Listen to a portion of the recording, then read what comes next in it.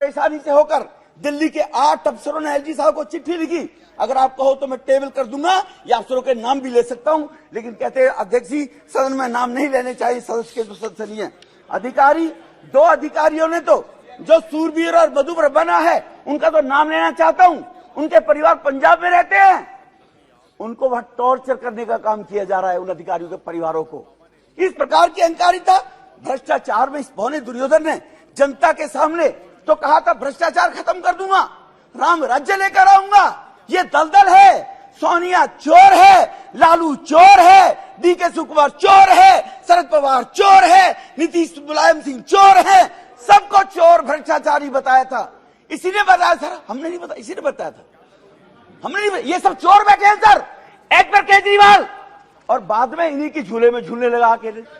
इससे बड़ा छलिया क्या होगा? इन्हें जेल भेजूंगा। शीला दीक्षित के खिलाफ मेरे पास 300 पन्नों का सबूत है। मैं तो एज पर केजरीवाल बोला अध्यक्ष जी, मैं नहीं कह रहा। केजरीवाल के बयान भेजूंगा कल आपको सबको। उसके बाद इन्हीं की शीला को जेल भेज दूंगा और ये दुर्योधन जाकर उन्हीं की गोद में झूल रहा है।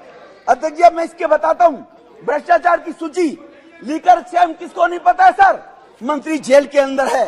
हवाला स्कैम किसको नहीं पता है सर? मंत्री जेल में है। अभी अतीश दादा कह रहे थे आपके पास ईडी है, सीबीआई है, अभी कह रहे थे उनसे एक्शन कराओ। जब उनसे एक्शन कराते हैं तो तिल मिलाते हैं, जैसे ताते तय पे बैठा दिया उछलते हो आप लोग। जब सीबीआई से एक्शन नहीं कराते हैं, कानून बदलते हैं तो कह रहे हैं आप लोग कानून रद्द लेकर आ रहे हो। एक जबान पे तो ठीक है, कहिए हाउस के अंदर कि सीबीआई ईडी ठीक काम कर रही है, हिम्मत है तो फिर दोबारा भर के कर दिखाइए। सीबीआई ईडी अपना काम करती है अध्यक्ष जी। 5000 लोगों के वो डाले थे सीबीआई ईडी ने सर, रेट डाली है। देश का 1.5 लाख करोड़ रुपया रिकवर किया है। ये 10 नेताओं के यहाँ डल गया तो सीबीआई गलत कर रही है, क्योंकि यूपीए के टाइम में लाखों करोड़ रुपया हजम किया हुआ है। डर है सीबीआई वो ना इकट्ठी कर दे, कहीं मोदी साहब ये ना कह दे वो 2.5 लाख करोड़ रुपया भी लेकर आओ, जो 12 लाख जो माने अभी गृह मंत्री जी ने हवाला दिया था। सवार स्कूल रूम बनाने का, कंस्ट्रक्शन का, कमरों का घोटाला। जल बोर्ड के अंदर 8 साल तक जल बोर्ड का ऑडिट नहीं हुआ सर। जल बोर्ड आज लाखों करोड़ के घाटे में चल रहा है। ये शासन दिल्ली का चल रहा है। बिजली के अंदर बिजली कंपनियों ने दावा किया कि हमारा 26,000 करोड़ रुपया चाहिए। बिजली कंपनियों की पेमेंट नहीं हो रही। मैं वकालत नहीं कर रहा कंपनियों की, वो भी लुटेरे। लेकिन किसके नीचे? पहले शीला दीक्षित लुटेरी थी, अब ये बौना दुर्योधन लुटेरा आ गया। इसीलिए मैं आपको बताना चाहता हूं, उस 26,000 करोड़ की सर कर दो, स्पष्ट कर दो सर, उस 26,000 करोड़ की लेनदारी के लिए कंपनियां एप्टल कोर्ट में गई। एप्टल कोर्ट ने फेवर में दिया कंपनियों के लिए कि इसका पैसा लौटाए सरकार। 26,000 करोड़ का मतलब है सर, दिल्ली सरकार का बजट 68,000 करोड़ है, 1/3। क्या होगा जब ये छोड़कर बोला दुर्योधन भागेगा? उन कंपनियों के पैसे को कौन भगाएगा? यह कंपनी छोड़कर भाग गई, दिल्ली अंधेरे में हो जाएगी सर। कौन संभालेगा? प्राइवेट कंपनी है। तो उसके खिलाफ ये करोड़ों रुपए का वकील करके बोला दुर्योधन, करोड़ों रुपए का वकील करके सुप्रीम कोर्ट गया है एप्टल कोर्ट के खिलाफ। किन डीटीसी का स्कैम आपके सामने है सर। पीडब्ल्यूडी के अंदर जो कहता था मुलायम सिंह यादव परिवारवादी है, लालू परिवारवादी है, अपने साडू को 10 करोड़ का ठेका विदाउट डीपीआर टेंडर के दिलवाया। साडू ने बेचारे ने शर्म के मारे आत्महत्या कर ली और उसका बेटा जेल गया सर। ये शायद ये देश नहीं जानता होगा इस बात को लेकर। इसलिए सर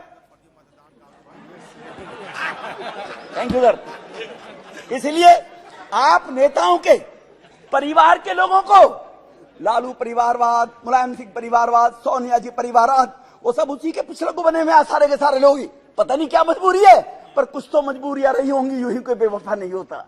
इसलिए कहीं ना कहीं इनकी मजबूरियां हैं। इसलिए सर आप नेताओं के परिवार वालों को पिछले दरवाजे से जो इनके विधायक हैं, जो इनके मिनिस्टर हैं, उन चहेतों को 437 लोगों को 2.5 लाख से 1.5 लाख रुपए, कोई ओबीसी नहीं, कोई एससी नहीं, कोई किसी प्रकार का रिजर्वेशन नहीं, 437 लोगों को सर ओबीसी रिजर्वेशन के नाम से 2000 करोड़ रुपए की बंदरबाट की, जो लेफ्टिनेंट गवर्नर साहब ने सर यहां पर प्रदर्शित नहीं कर सकता।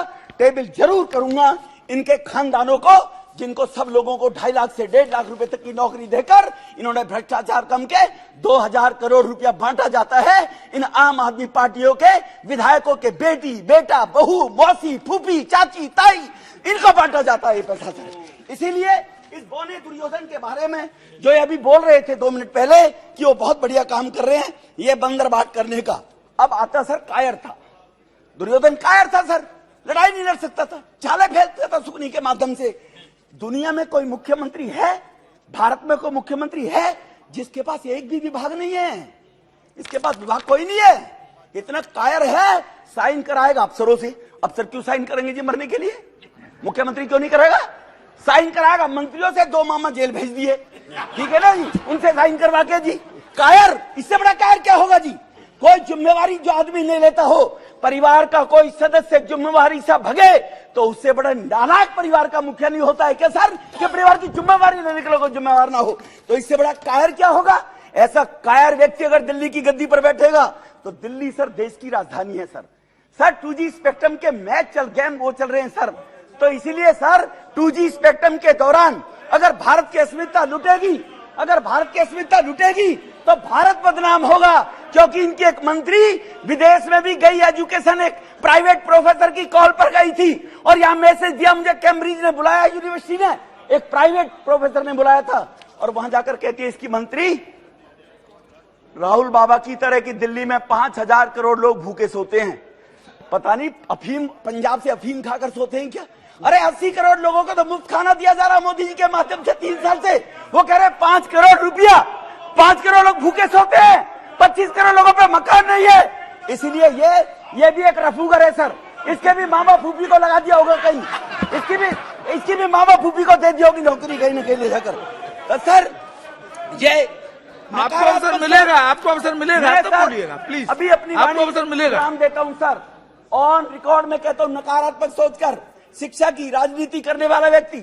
भाटी के अंदर कॉलेज खुलना था, 8 एकड़ जमीन चाहिए थी, डीएम बोलती है इनकी, डीएम बोलती है बोलो विधुड़ी से जमीन ले ले। डीएम ने कहा सर विधुड़ी अपने घर के लिए नहीं मांग रहा, दिल्ली विश्वविद्यालय का कॉलेज खुलेगा। उन्होंने मिनट्स में लिखा है सर, डीएम ने मिनट्स में लिख के चली गई कि विधुड़ी जी वो जमीन नहीं देने वाले हैं। ऑनरेबल लेफ्टिनेंट लैंड उनके पास थी, ऑनरेबल लेफ्टिनेंट गवर्नर ने कितना भागना पड़ा, पहले उस लैंड को अर्बनाइज कराना पड़ा है साहब को, तब वहां जमीन दी। क्या गरीब के बच्चों के पढ़ने के लिए, बच्चों के लिए कॉलेज नहीं होना चाहिए दिल्ली के अंदर?